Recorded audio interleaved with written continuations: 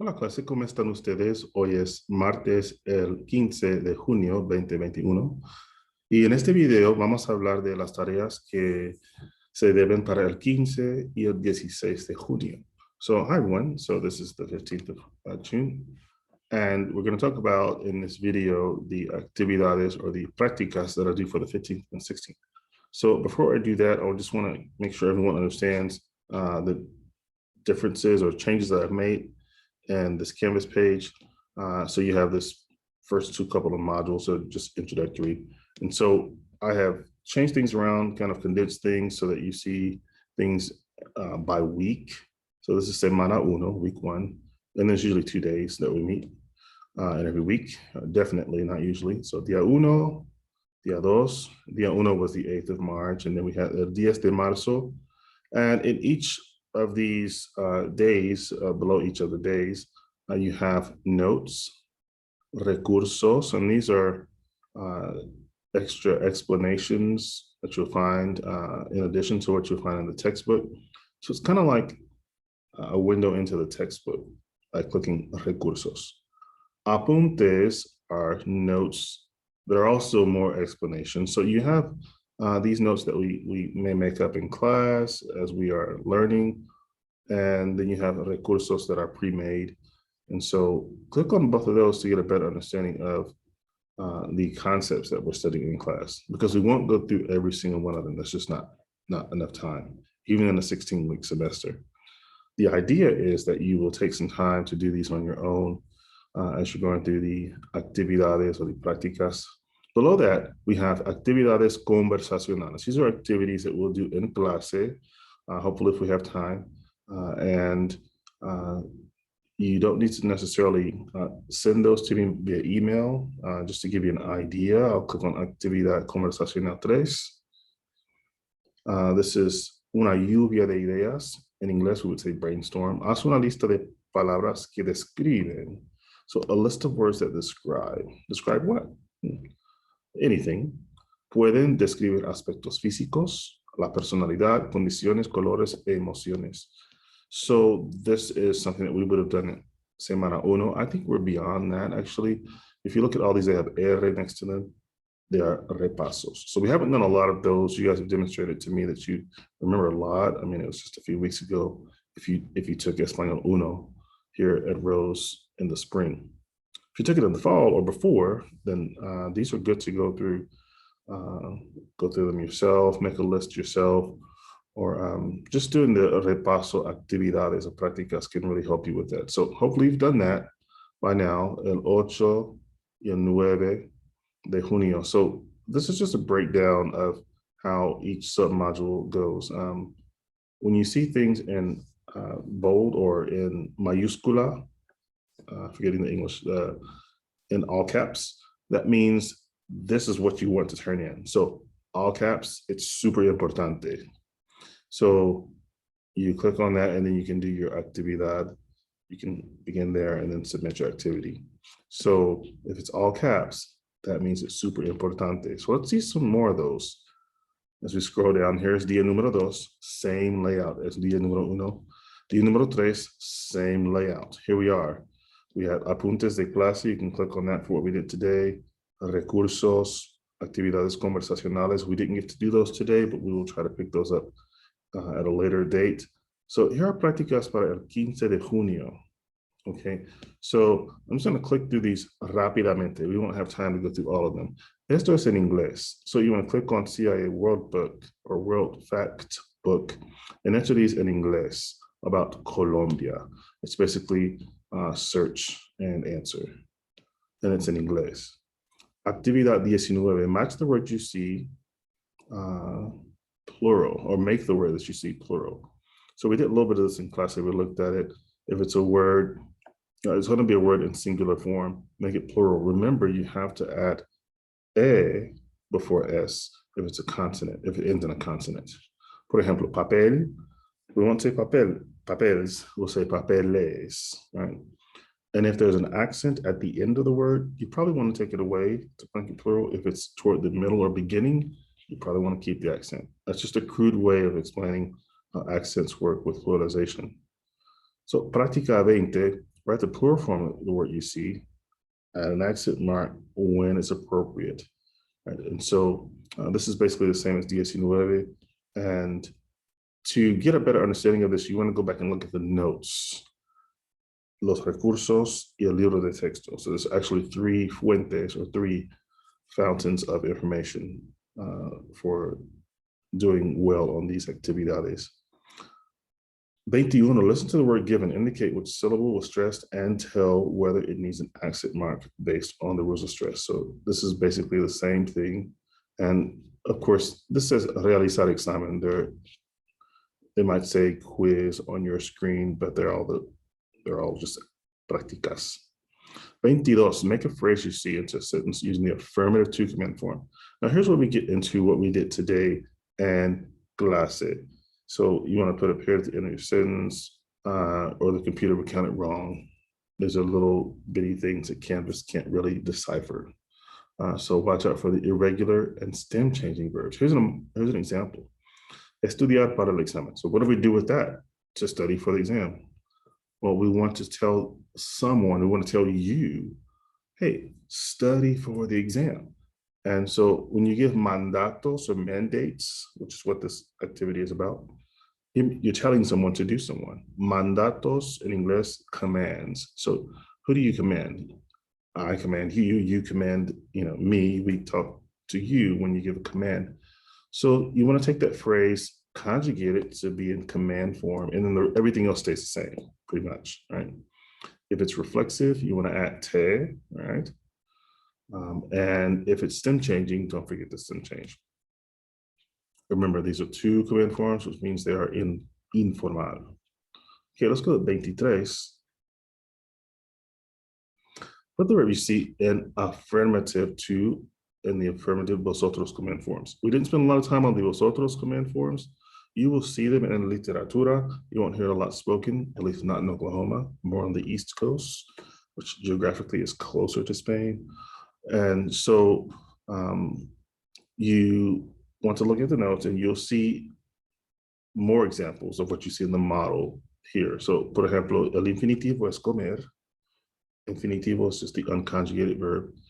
El afirmativo will be come. So you want someone to eat, tell them come, right? Remember, the affirmative command form is just basically the el, ella form, or the to form without the s at the end. And then the vosotros form, you basically have that el, ella form with a d on the end. We have comer, replace the r with a d. Yeah, comed. How about correr? Corred. How about bailar? Bailad. Right. So hopefully you get the idea there, and refer back to your notes to be sure. That was 23, did that twice, lo siento. So 24, usa la forma usted and translate the sentence that you see given. Use the usted form. So remember, if it says don't, you should use no. You don't have to use the helping verb do before not. Por ejemplo, study more. So this is not going to be estudia más. It's going to be estudie. We're going to use the opposite vowel. In Espanol, the opposite vowel means a is the opposite of e or e. A as an apple is the opposite of e or e as an egg / igloo, right? So you want to be sure to use opposite vowel for the usted form. Same for the negative usted form. So if the sentence, well, we'll have to begin the activity, but if it's a negative, you want to put no, and it still uses the opposite vowel. So refer back to your notes. If you're seeing this for the first time and you didn't get to attend class, it's confusing to you. But do go back and look at the notes, and I think it'll make more sense. Okay, Práctica 25. What commands do teachers give their students? Create 10 usted command in each sentence. It can be a combination of affirmative, negative commands, and they want to be in the ustedes form. How do you make the ustedes form? Refer back to your notes, and I'll just refer back to Práctica 24. So you're using the opposite vowel, and we know that in the indicative form or in the regular conjugation that we learned in Español Uno, the difference between usted and ustedes is one letter. Hopefully you're thinking it's N as in now, C. And so that you do the same thing with los mandatos. If this were study more you all, instead of just study more you, sir, ma'am, we would say estudien más. Now, I was referring to Práctica 25, so that's what you do for that one. Here's habla dos, which is an activity that I took from earlier from week 1, semana uno, and I've replaced it here, moved it to semana dos. So translate each sentence you see using an ustedes command and record yourself saying it. So you're going to see a sentence in English and you want to use the ustedes command form. I think this fits a little bit better now that we've actually studied a little bit about it. I'm going to start a little bit. For example, listen to your father. These are fun. This is mom talking to a son or daughter. Listen to your father.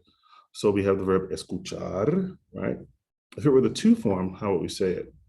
Escucha tu papá, right? Escucha a tu papá. Don't forget the a. Or you wouldn't say don't listen to your dad, I guess. No escuches a tu papá. That's the informal. What about formal? Yeah. Escuche a tu papá. Now that's just the usted form. You guys need to do it in the ustedes form. I'll give you that. If you're watching this video, you got a head start on that one. Hopefully it's helpful to you. So that's for prácticas para el 15 de junio. Just to be sure, para el 15 de junio for the 15th of June. It also means, para also means due the 15th of June. So before midnight. Let's look at el 16 de junio. And so we have only 6 due. I mean, that's like a lot still, right? But fill in the chart with the missing mandatos. So just to give you a quick view. So here we have palabras or verbos. These are verbs that we need to be familiar with. Comprar, to buy, beber, describir, tener, ir, salir, y decir. And we want to write the command form in all these forms. So we have several forms. We have tú, affirmative, vosotros, affirmative. The plus sign means affirmative. Tú negativo, so no, and then the verb conjugation. Usted, afirmativo. Should be a little plus sign there. Vosotros, negativo. Remember, the vosotros afirmativo has the D on the end. The vosotros negativo just uses the opposite vowel, like the ustedes form, or the usted form and the ustedes form. And then you have the ustedes form. I'm not sure why they're kind of separated here, but I think you guys can do it nonetheless. So usted form, ustedes, they're going to be the same except for one difference. We just talked about it, the N al final. So we're going to complete that chart and you're done with the activity. Okay, so yeah, I do want to leave that page. And let's look at 27. Okay, place your or practice your formal commands and -2 commands. So why are we practicing the formal commands and -2 commands together? Porque juntos, porque cada forma o las dos formas usan la vocal opuesta, because both forms use the opposite vowel. It's just the affirmative to and usted, or affirmative to and vosotros forms that don't change the vowel, right? Once you reach the goal, take a picture of each and submit the pictures here. So let's look here. So you've done this before, and so you want to go ahead and click on this. And so if this is not familiar, you want to go back and look at a previous video that I made about creating these quizzes. And so just to be sure, it says generate unique quiz for formal commands, usted and ustedes. Formal commands. And so we have present tense. Here we are, formal commands. It's already open. That's why it was hard to find for me. You may have that problem too. Hopefully not, but you do want to click here. Let's click on formal commands. Generate unique quiz. And how many questions do we need? We need to have 25 preguntas. Remember, there are 3 steps to creating these commands, formal commands. You want to get a 100, of course, that's what you want to send me, because I want to know that you got it. So that's for formal commands, singular and plural, and then for negative commands as well. So just to give you a refresher on how that goes, número de preguntas, 25. Why so many? Because they're just, it's going to be singular words, right? Incluir vosotros, vosotras. If it's formal commands, probably don't need to include. You can include them if you want to.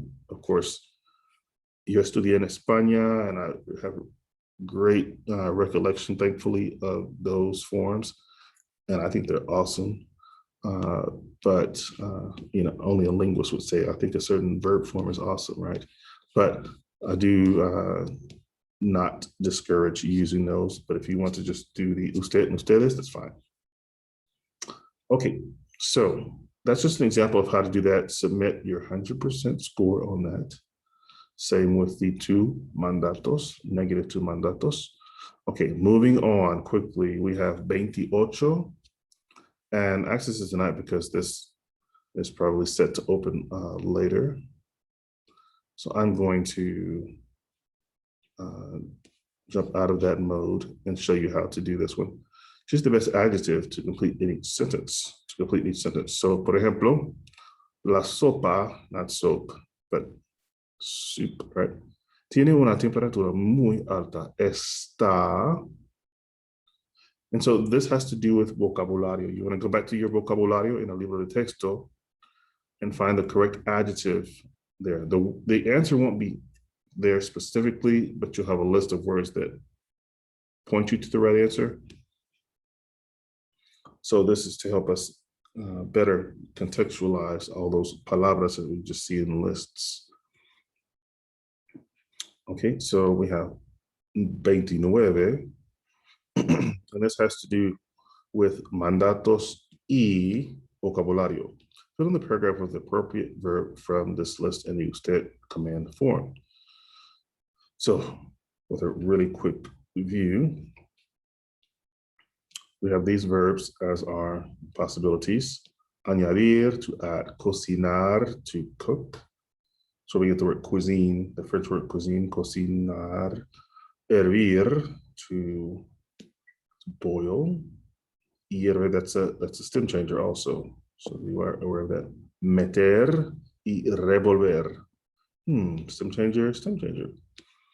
So you have to read through this as carefully as you can. You'll have to refer back to your libro de texto y los apuntes to understand the contexto, to understand the context for the vocabulario. So we just have a couple more. Número 30. En práctica 1.17, you made a list of ingredientes for your recipe. Remember that? Now in Espanol, write how much of each ingredient you need using vocabulario 1.4 and SpanishText.com. So you can just copy and paste this SpanishText.com and look for the vocabulario. Also refer back to vocabulario 1.4 in your notes and textbook. You can also look in recursos, and that will help you find the vocabulary. Write a list of the verbs you will need in order to explain how to make the recipe. Use the verbs from vocabulario 1.4. Use SpanishText.com to look at any verbs you don't find in the list. Leave the verbs in the infinitive form. So you're basically just making a list here. You don't need to do a bunch of conjugation, although that is super fun, right? So last one, rewrite the sentence filling in the blank with a logical adjective from 1.4. Suffice to say, vocabulario 1.4 will be important for us to know or to be familiar with. Make sure the adjectives agree in número y en género con el sustantivo, gender and number. So they want to agree with the noun. So those are the actividades that are due coming up. Again, because I've been revamping, and let me go back to your student view. because I've been revamping the layout of how this course looks, I'm giving you until miércoles to finish the things that are due tonight and tomorrow night. So you'll have a little bit of time, hopefully, on your schedule. So these two are due miércoles or Wednesday. Now, vocabulario 1-4. Where is it? Where is it? Let's find it. So we have structures, and I